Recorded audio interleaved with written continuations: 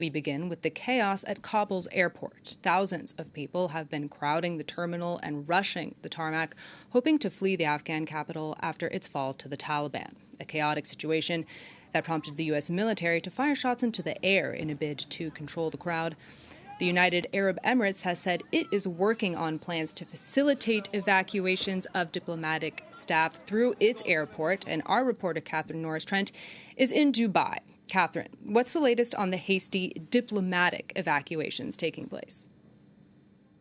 Yeah, diplomatic missions from around the Western world have been scrambling to get their citizens and those who've been working with them out of Afghanistan. So we know the French embassy has relocated, as have several other countries' embassies, such as the UK. They've relocated inside Afghanistan's Kabul's international airport there in order to be able to get their staff out very quickly once they've completed their evacuation work. So they're processing visas from the airport.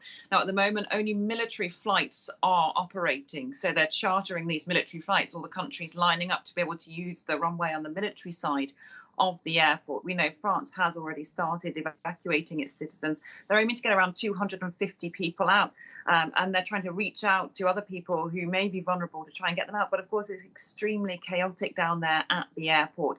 They will be shuttling back and forth between Abu Dhabi airport, where France has a military base, and that process has already started. We've already seen, of course, Britain starting its evacuation process, the United States really using its helicopters to transfer people to and from the embassy building, what was its embassy building, now to the international airport, trying to get people in a safe position. Germany, Italy as well, Australia, we've seen them all rushing to get people associated with their diplomatic missions and some charities out of the country.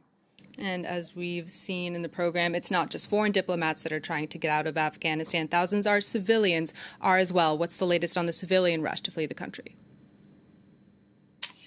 Yeah, absolutely. I mean, really chaotic and distressing scenes coming from Kabul International Airport. The videos that have been broadcast, circulating on social media, many of them verified, of people running onto the tarmac, clinging on to US military planes as they're taking off from Kabul.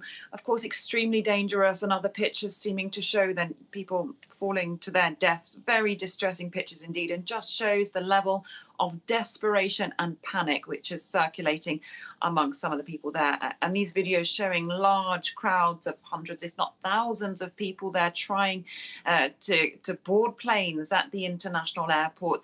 Reports the US military has fired warning shots in the air to try and clear people off. There's other pictures showing helicopters, US helicopters appearing to clear the way, the path of military planes taking off from the runway there. So, I mean, desperate and very dangerous scenes indeed, and really showing the waves of panic at this stage in Kabul.